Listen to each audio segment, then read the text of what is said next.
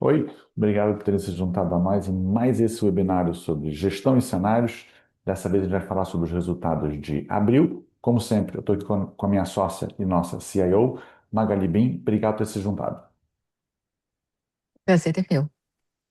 Dessa vez, a gente vai trazer uma novidade para vocês, que é um quadro que a Magali preparou, e esse quadro tenta mostrar para vocês como era o cenário que a gente projetava no início do ano, em comparação ao cenário que a gente está projetando agora. Antes disso, já adianto que foram os resultados bons, de abril, e que esses resultados vieram muito a reboque do que vem de fora do Brasil, ou seja, o internacional trazendo bons resultados em abril. A gente vai abordar isso um pouco melhor e especificamente essa mudança de percepção dentro do Comitê de Investimentos em relação ao que era no início do ano e o que é agora, o futuro próximo. Magali, Obrigada, Pedro. Então, antes de olhar mais a fundo a performance dos ativos e índice de abril, né, a gente queria falar um pouco sobre mudança de narrativa que aconteceu nos últimos 2 meses, com a revisão de três temas muito importantes para o mercado, que é o tema de inteligência artificial ou tecnologia, tema dos juros e do dólar. No tema de tecnologia, no começo do ano, havia um questionamento sobre os investimentos gigantes que as empresas nessa área estavam fazendo. Muita gente se perguntando se essas empresas veriam a volta desses investimentos em termos de receita, de lucro, e até especulando se a gente não estaria vivendo uma bolha de inteligência artificial nas bolsas. Nos últimos 2 meses, principalmente a partir do anúncio de novos modelos, a empolgação sobre o tema voltou a dominar o mercado de ações, e com o crescimento exponencial de consumo de tokens por ferramentas como Claude Code, como OpenAI Codex, né, também tem havido um aumento substancial na demanda por capacidade computacional e memória, né, o que catapulta toda uma cadeia de fornecimento em torno desse tema e impulsiona as bolsas americanas e até outras bolsas no mundo com peso relevante em tecnologia, como, por exemplo, Coreia e Taiwan.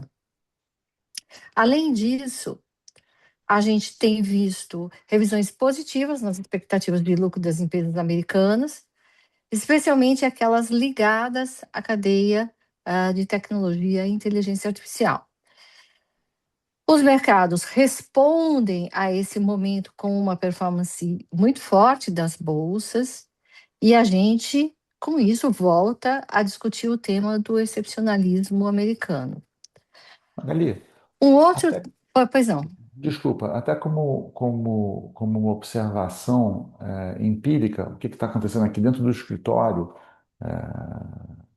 É impressionante como mudou nos últimos meses, particularmente com o lançamento do Claude, a LLM, a inteligência artificial da Anthropic, o uso no dia a dia. A gente aqui dentro do escritório hoje a gente comprou uma quantidade de tokens que a gente pode usar por dia, pré-comprou, né? A gente pré-paga isso, e a gente já tem dentro do escritório uma certa competição pelo uso desses tokens.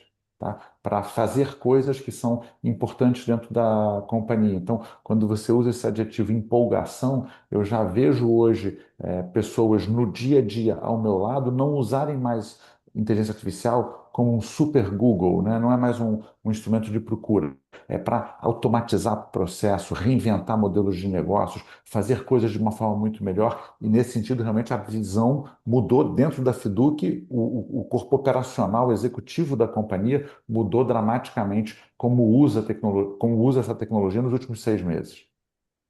Perfeito, né? O que a gente sente no nosso dia a dia também está sendo refletido na bolsa, né? Porque a demanda por essa capacidade computacional, né?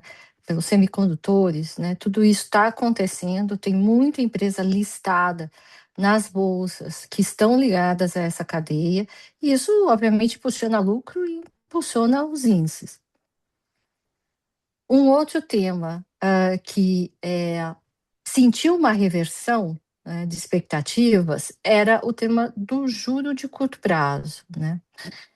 No começo do ano, a visão era de uma atividade americana sólida, mas que não estava acelerando, e uma visão de que havia espaço para corte de juro com o recuo da inflação. O que aconteceu foi que em março e em abril, os números de atividade dos Estados Unidos mostraram força, né, surpreenderam, mesmo em meses que talvez a gente deveria sentir um pouco do impacto da guerra, né, sobre a atividade. E, paralelamente a isso, a gente viu a reaceleração da inflação para o consumidor e para a indústria, via principalmente o aumento dos preços do petróleo, também de outros insumos da indústria e da cadeia alimentar, como fertilizantes, por exemplo. Com isso, a gente passa de um mercado que projetava 3 cortes de juros nos Estados Unidos e um Banco Central Europeu indicando estabilidade no juro, para um consenso que não prevê mais quedas de juros nos Estados Unidos nesse ano, né, de 2026, e um Banco Central Europeu indicando a possibilidade de 3 altas. Então, mantido esse cenário, né, há implicações importantes para o Brasil, porque reduz o espaço para o Banco Central aqui cortar o juro. Nesse momento, Magali, é correto dizer que existe uma forma, a gente chama isso no mercado financeiro de boletim focus, né, que é o conjunto das opiniões das pessoas que contribuem para essa coleta de dados do Banco Central. E hoje, a previsão do boletim focus, ou seja, da maior parte das pessoas sobre onde está a taxa de juros no final do ano, ela vai estar mais alta do que ela estava no início do ano, certo? Perfeito. Ela está hoje, o Boletim Focus está hoje em torno de 13%. Então aqui nós não estamos dizendo que não vai haver novos cortes de juros, mas nós estamos dizendo que a expectativa agora é de cortes menores, né, do que o esperado no início do ano, né? A gente chegou a ficar ali com uma expectativa em torno de 12%, talvez até um pouco menos do que isso. E agora o Boletim Focus está apontando para 13% no final do ano, né? A gente tem uma taxa Selic hoje de 14,5%, né? A gente já teve 2 cortes vindo de 15%. É, e a expectativa passa a ser de que os cortes vão ser um pouco mais modestos do que a gente estava imaginando. E isso tem enorme repercussão em várias, né, áreas da economia e também no mercado de investimentos no Brasil. Perfeito. E ainda levando em consideração que o Brasil é um dos países, dos poucos, diga-se de passagem, que seriam, que serão beneficiados com o choque de preços de petróleo, porque nós somos produtores de petróleo, né? E já levando isso em consideração, né? Então, deverá haver, deverão ter impactos positivos dentro de preços de moeda brasileira e assim por diante, por conta de choque de petróleo que está aqui no cenário pós-guerra do juro curto da sua tabela. Certo. E a última mudança de narrativa que eu queria comentar é em relação ao dólar, né? Muito por conta de tudo isso que a gente falou. Em grande parte de 2025 e também no início de 2026, o dólar tinha perdido força devido a essa expectativa de queda de juros nos Estados Unidos, migração de recursos dos Estados Unidos para outras partes do mundo e até mesmo diante de um desejo declarado do governo americano, que clamava, né, por um dólar um pouco mais fraco, para aquele plano, né, que o governo sempre teve de aumentar a produção, né, de bens industrializados dentro do país e impulsionar o seu setor exportador. Nesse novo contexto pós-guerra, com juro estável, crescimento maior que esperado e renascimento do tema da inteligência artificial, o dólar de novo ganha força. porque os Estados Unidos passa a ser um receptor de fluxo de novo, né? Quer dizer, o juro vai ficar um pouco mais alto. As bolsas estão subindo e esse tema da inteligência artificial está ganhando força. Então, as pessoas querem colocar dinheiro de novo nos Estados Unidos. Então, o dólar já não é mais visto como o grande patinho feio no mercado, né? E isso também muda bastante coisa, eu acho que principalmente para mercados emergentes. Cara, só explicando para as pessoas, a taxa de juros ela influencia muito o preço da moeda, porque quanto mais juros você paga pelo teu dinheiro, mais você atrai dinheiro. Então, o que a Magali acabou de falar, essa taxa de juros americana que previa cair e logo enfraqueceu o dólar, que era aquilo que o Donald Trump queria fazer e falava isso publicamente. Para de cair, o dólar passa a ser mais competitivo. Leia-se, ele passa a ser tudo mais constante, ele passa a ser mais forte, mais caro. Perfeito, é sempre uma análise relativa, né, que a gente faz aqui. A gente está falando que o dólar vai necessariamente se valorizar daqui para frente. A gente está falando exatamente o que você falou, que ele passou a ficar mais competitivo. Então, aquela expectativa de que você ia ver dólar sangrando aí nos próximos anos até, né? Muita gente previa coisas assim bastante intensas, né, para esse ritmo de desvalorização. Isso está sendo revisto, né, principalmente no curto prazo, as pessoas estão desmontando posições que estavam fazendo no enfraquecimento do dólar.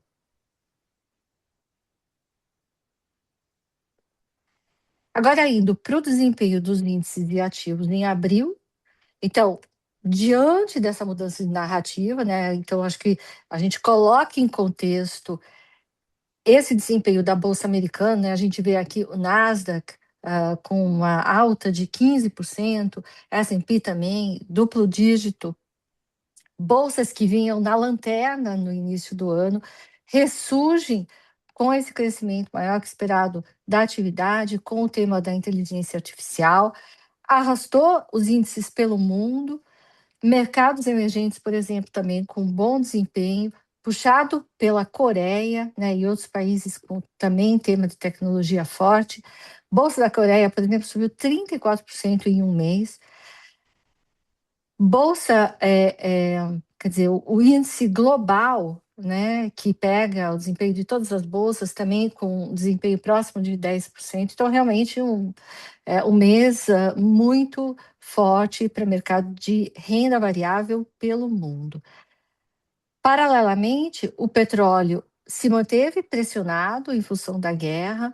Então, algo que pouca gente previu era um petróleo em alta e as bolsas também em alta, né? Porque, assim, pela lógica, né, petróleo em alta significa mais inflação, atividade menor, né, potencialmente até um cenário de recessão em alguns mercados. Do lado negativo, a renda fixa americana caiu 0,2%, né? E isso tem como pano de fundo o fato de que a dívida americana está pressionada, né? Já vinha pressionada pelo montante, né? Pelo seu volume, pelo peso que estava fazendo sobre as despesas financeiras do governo americano, e agora com gastos de defesa maiores também, fica ainda mais pressionadas. O ouro caiu levemente, né? Aqui 1,1% nesse mês, né? Tinha tido uma queda maior no ano anterior. E o dólar devolveu um pouco do ganho de março, tá? Então aqui eu diria que é mais uma correção técnica em relação ao desempenho do mês de março, mas de novo naquele contexto onde o dólar não é mais enxergado como o patinho feio do mercado. Eu tive a impressão, posso estar enganado, que quando você falou do ouro, você se referiu ao ano anterior, mas na verdade é mês anterior, certo? Desculpe, perfeito. Obrigado Tá pela bom. correção. Para o Brasil, um cenário onde os Estados Unidos ia desacelerar e cortar o juro 3 vezes era muito bom, né? Então, porque estimulava uma migração do fluxo do mercado americano para outros mercados, dava espaço para o Banco Central aqui ser mais agressivo no corte de juros. A mudança desses últimos 2 meses é negativa, assim, acho que não tem como descrevê-la de um outro modo. Os indicadores americanos de atividade surpreendem para cima, a história da tecnologia esquenta de novo, a visão passa a ser de que o Banco Central americano não vai cortar juro. Então, é um cenário completamente diferente para o Brasil dentro de um contexto global, independente do que está acontecendo aqui no Brasil, pelas suas próprias especificidades.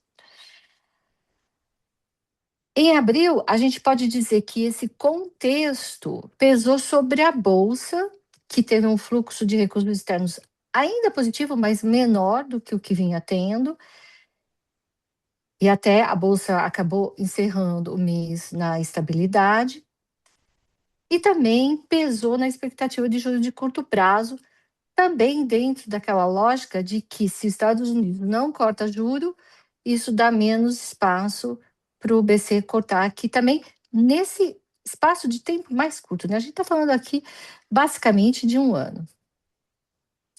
Então é importante ressaltar, de novo, né, que existem expectativas de corte esse ano, mas menores do que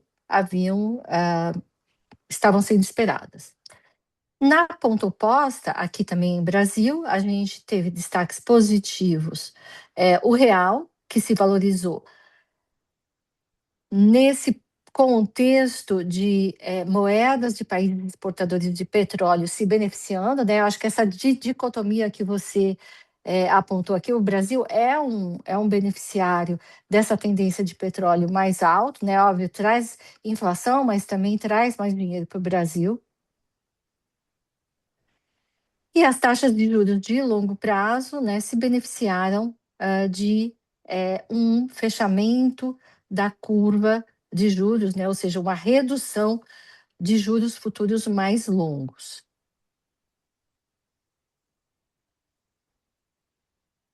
Indo agora para o desempenho dos superfundos e perfis no mês de abril, destaque positivo para o fundo internacional, multimercado e ações.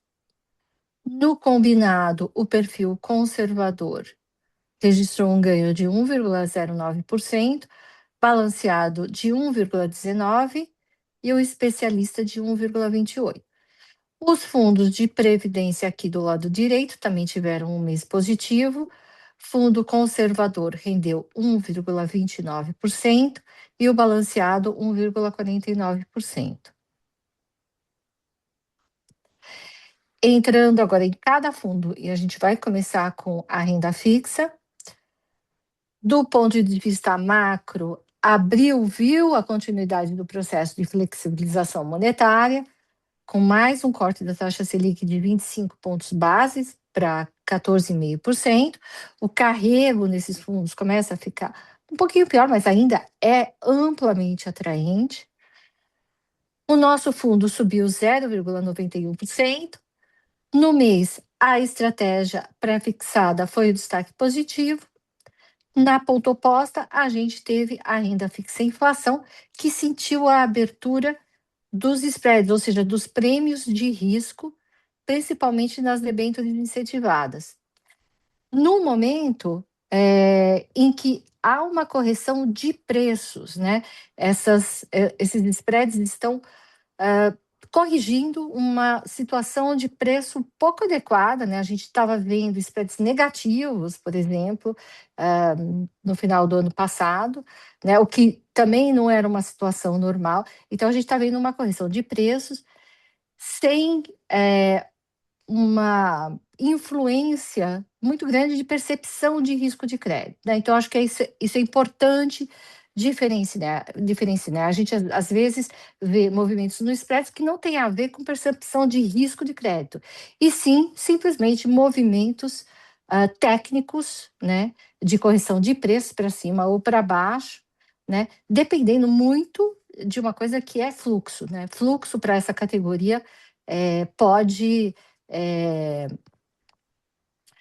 resultar nesses movimentos de spreads que acabam batendo no bolso das pessoas, né? Por isso que a gente sempre recomenda que as pessoas tenham uma visão mais de médio e longo prazo quando fazem os investimentos.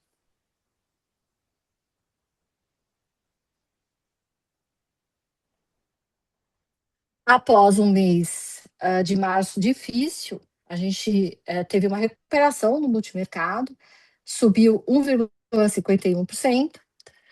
As estratégias macro e carteira própria foram os destaques de alta, mas todas as classes de ativo encerraram o mês bem, um bom mês para o multimercado.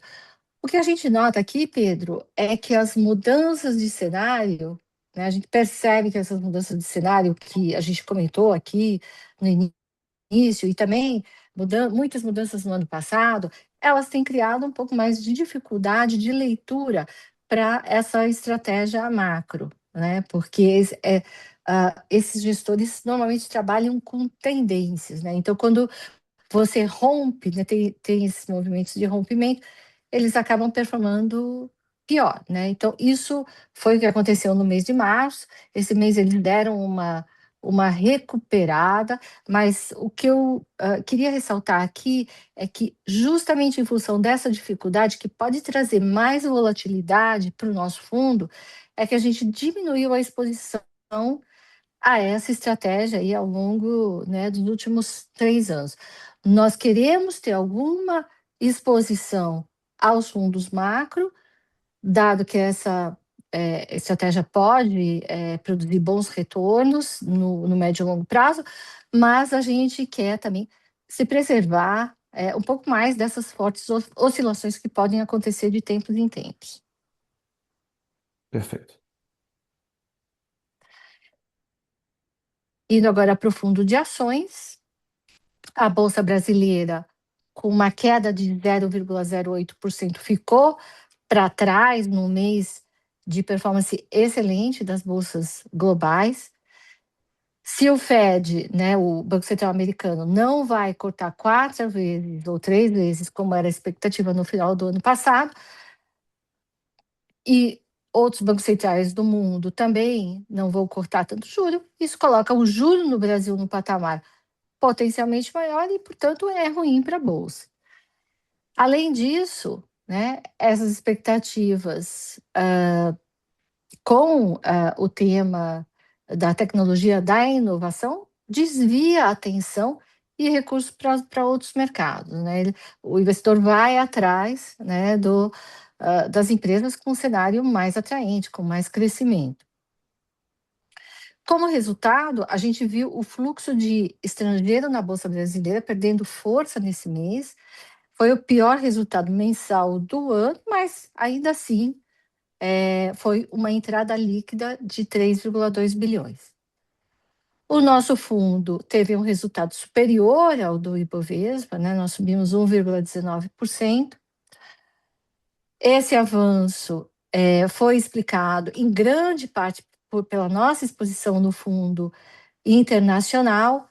Mês passado, o fundo internacional puxou para baixo. Esse mês ajudou a equilibrar o risco e foi responsável pela maior parte dos ganhos. A carteira própria e a nossa cesta de fundos long only locais também performou bem, né? Ambos com desempenhos superiores ao do índice.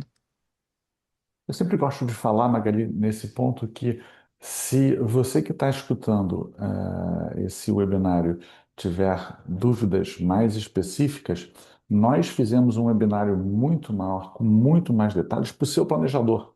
E ele vai ter detalhes, por exemplo, de o quanto a gente diminuiu a participação do macro dentro do fundo de multimercado ao longo dos últimos anos, exatamente o que que aconteceu. Ele pode te ajudar a tirar essa dúvida. Se você tiver dúvida em relação a isso, não hesite em buscar seu planejador. Ele está aí justamente para te acompanhar nessa jornada, para poder te responder a essas questões que a gente não consegue fazer em um vídeo que é unidirecional.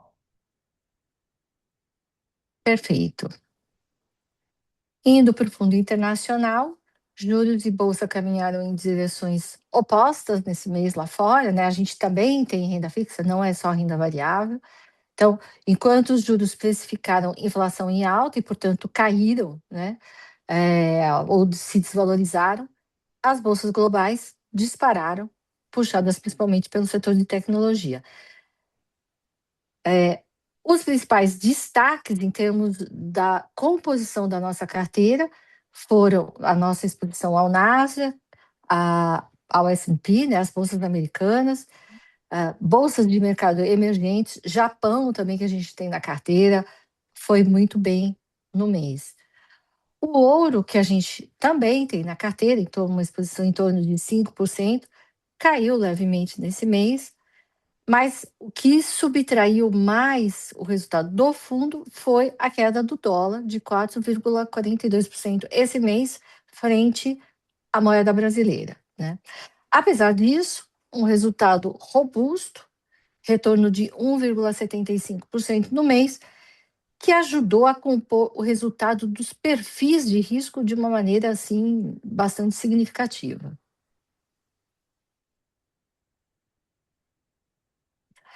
Indo para os fundos de previdência, os dois fundos funcionam com exposição diversificada, mas nesses momentos onde há resultados mais favoráveis no mercado de investimentos, o balanceado, que carrega um pouco mais de risco, tende a entregar um resultado também um pouco mais favorável. E aqui eu acho que é importante lembrar, Pedro, que quando esses movimentos de grande alta das bolsas fora do Brasil acontecem, a gente consegue capturar isso também nos nossos fundos de previdência, porque aqui nós temos uma exposição em ações que é muito bem equilibrada entre o mercado doméstico e o mercado internacional, né? Então, a gente consegue capturar muito bem esses movimentos. Quer dizer, um mês onde o Brasil deu zero na Bolsa, né? E lá fora a gente viu grandes performances, isso acaba beneficiando os fundos de previdência.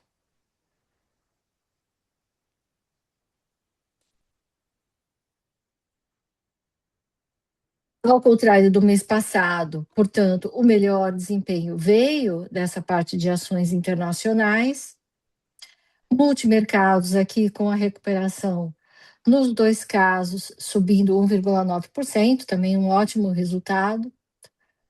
Destaque negativo para ações no Brasil, né, principalmente dos fundos que a gente tem aqui nessa carteira. E, no geral, um resultado positivo, alta de 1,29% para o conservador e 1,49% para o balanceado. E com isso, Pedro, a gente conclui esse resumo das principais tendências e resultados do mês. Maravilha. Obrigado, Magali. Lembrando, bons resultados em abril. Já estamos em maio, quando a gente grava isso, maio com muito rock and roll no mercado. Sorte sua que tem um planejador e um modelo como a Fiduc para te acompanhar ao longo de toda essa volatilidade que vai ser em 2026 inteira. A gente se encontra daqui a um mês para mais um webinário e Magali, obrigado. Até a próxima.